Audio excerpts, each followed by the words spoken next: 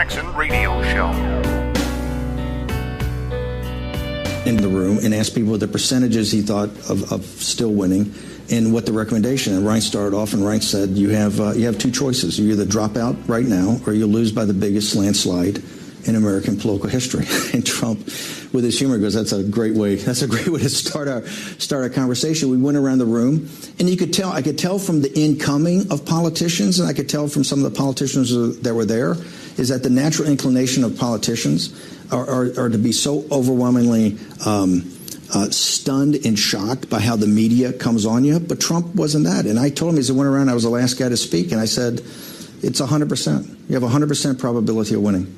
And that's the first time. But you seem to have done that at every point in the campaign. When he was in trouble, asking him to double down on his rhetoric, double down in terms of appealing to his base. Appealing to the American people and to the working class people in this country. Absolutely. You know why? Because it was a winner. That's why I told him double down every time. And on that day, that's the first time and only time he ever got upset with me. He goes, come on, it's not 100%. I go, it's absolutely 100%. And I told him why. They don't care. And they do care about respect for women. They do, but and it's not just locker room talk. It's locker room talk. The Billy Bush thing is locker room talk. Did you lose confidence of anybody because they came at you at that point and said, look, he ought to get out of this race, other than Reince Priebus? I mean, did your attitude towards those people who said that you're just wrong? Absolutely. Billy Bush Saturday, to me, is a litmus test. It's a litmus test. And I said it the other day to General Kelly during the Charlottesville thing afterwards. It's a line I remember from the movie The Wild Bunch. William Holden uses it right before that huge gunfight at the end. When you side with a man, you side with him, okay? The good and the bad. You can criticize him behind, but when you side with him, you have to side with him. And that's what Billy Bush weekend showed me. Billy Bush Saturday showed me who really had Donald Trump's back to play to his better angels. All you had to do, and what he did, was go out and continue to talk to the American people. People didn't care. They knew Donald Trump was just doing locker room talk with a guy, and they dismissed it. It had no lasting impact on the campaign. Yet, if you see the mainstream media that day, it was literally he was falling into Dante's Inferno. Welcome back, everybody. That was Steve Bannon talking about his time with Donald Trump. And they went around the room and everybody was given their percentages of winning. And this is after some other media explosion that had happened.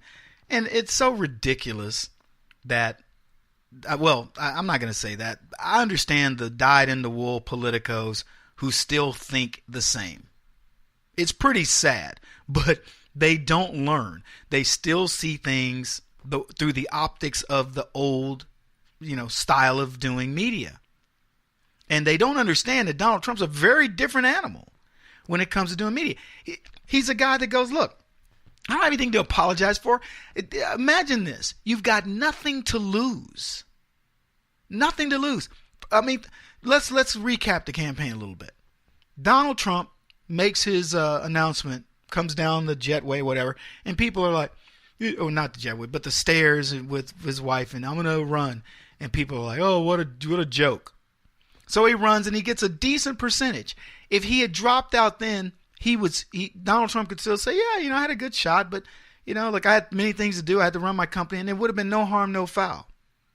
I don't think he expected to win. And so I want you to understand a guy who's a billionaire with a trophy wife, raising a young son, who's got kids that he loves, a life that, quite frankly, many people would dream to have. And he decides to do something completely different that, and I believe, his lifestyle made him the most qualified modern day president in history.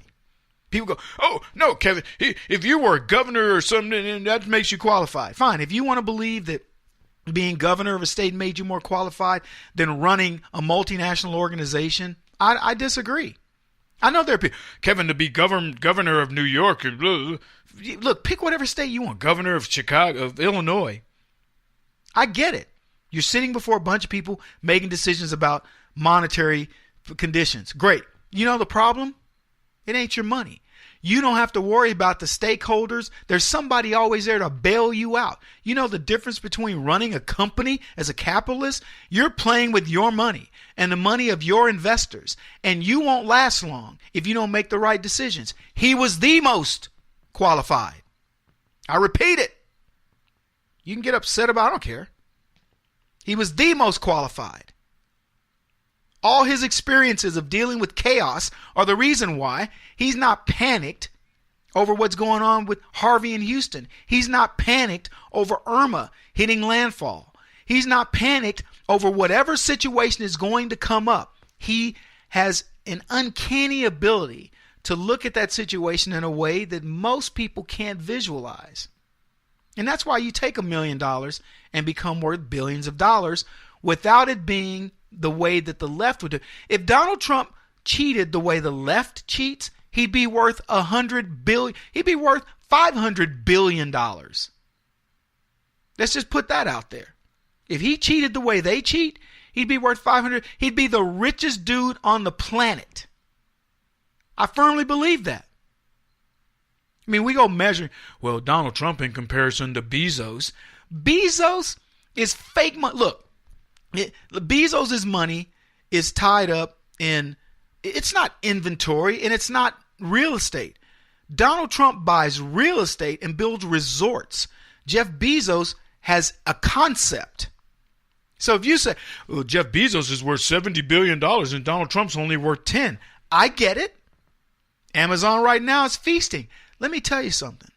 Property, a concept. Ask the dude who started MySpace how well his concept works now. And what are the litany of other companies whose market cap has gone way down? These people getting sold at fire sales. Don't be shocked if in 5 years Amazon is sold at a fire sale. His model can be improved upon.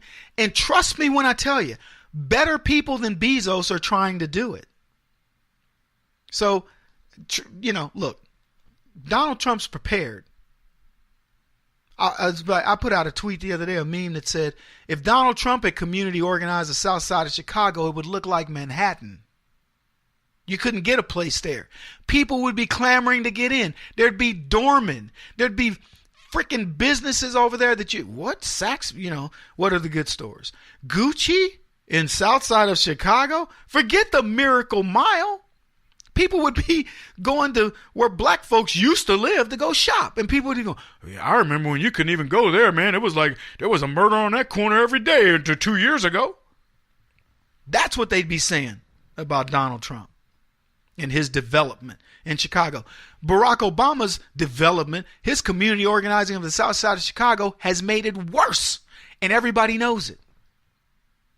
His community organizing of America has made it worse, and everybody knows it. But they won't admit it. Politicians, as Bannon said, are shocked, folks, when they are attacked by the media.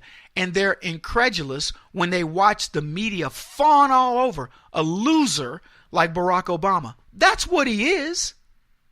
These guys looking at me like, oh, here we go again. I'm not trying to be a shock jock. Look, folks, I get it. People go, oh, Kevin, that's shock jock. I'm not a shock jock. I'm a truth jock. Barack Obama is a loser. And he will eventually end up in the annals of history as a loser. I swear to you, he will, if they look objectively at him. It's already starting to happen. So Trump, instead of running away and being afraid of the left and their media attacks, he doubles down. He gives you more of it. When he says, Mexicans come over here with their drug dealers and their, prostitution and their pimps and all whatever else, and their gangs, and the left, oh my gosh, look at what he said about. And Donald Trump said some Mexicans. He didn't say all. He didn't accuse Mexicans in America of being lazy or whatever else. Or as the left have said, who's going to pick our beans? Who's going to clean our pools? Donald Trump never says that because he has Mexicans on all of his jobs who are amazing at their work. He would never marginalize a people like that. But the left will, right in front of your face. It was funny. We had a clip of, what's that girl, Ozzy's daughter. And she's like, you cannot expose all the Mexicans. I mean, who's going to do our lawns? And she was on The View, and they were like, oh, come on there, girl. Hold on a minute. Too late. That's the pervasive attitude of these bourgeois white people on the left. So Trump doubles down on his rhetoric, which appeals to who? American people, sane people, working class people, saying, you're not going to convince me that bringing people over here illegally is better, whatever. And what Bannon went on to say is, the thing about what people don't understand about our side is when they side with you, they side with the Trump types. When they side with you for good or bad. They're not like the typical Democrats the typical Republicans who side with you as long as you say the right thing. Trump supporters are with you. They understand you are fallible. You will make mistakes, and they don't care. He continued to talk to the American people, and they dismissed the left. They dismissed the noise, and they don't understand why he won. Kevin Jackson on the Black Sphere Radio Network. Do you owe back taxes to the IRS or state? The secret to avoiding the IRS nightmare is to seek professional representation. My friends at Security Tax Associates provide the most cost-effective and ethical representation in the industry while helping to avoid seizures, levies, and wage garnishments. Security Tax Associates is here to ensure that the appropriate steps are taken to permanently eliminate any possibility of future tax burdens once and for all. For a free, no-obligation consultation, contact Security Tax Associates, 844-779-4177. That's 844-779-4177. 844-779-4177, or visit them at securitytaxassociates.com.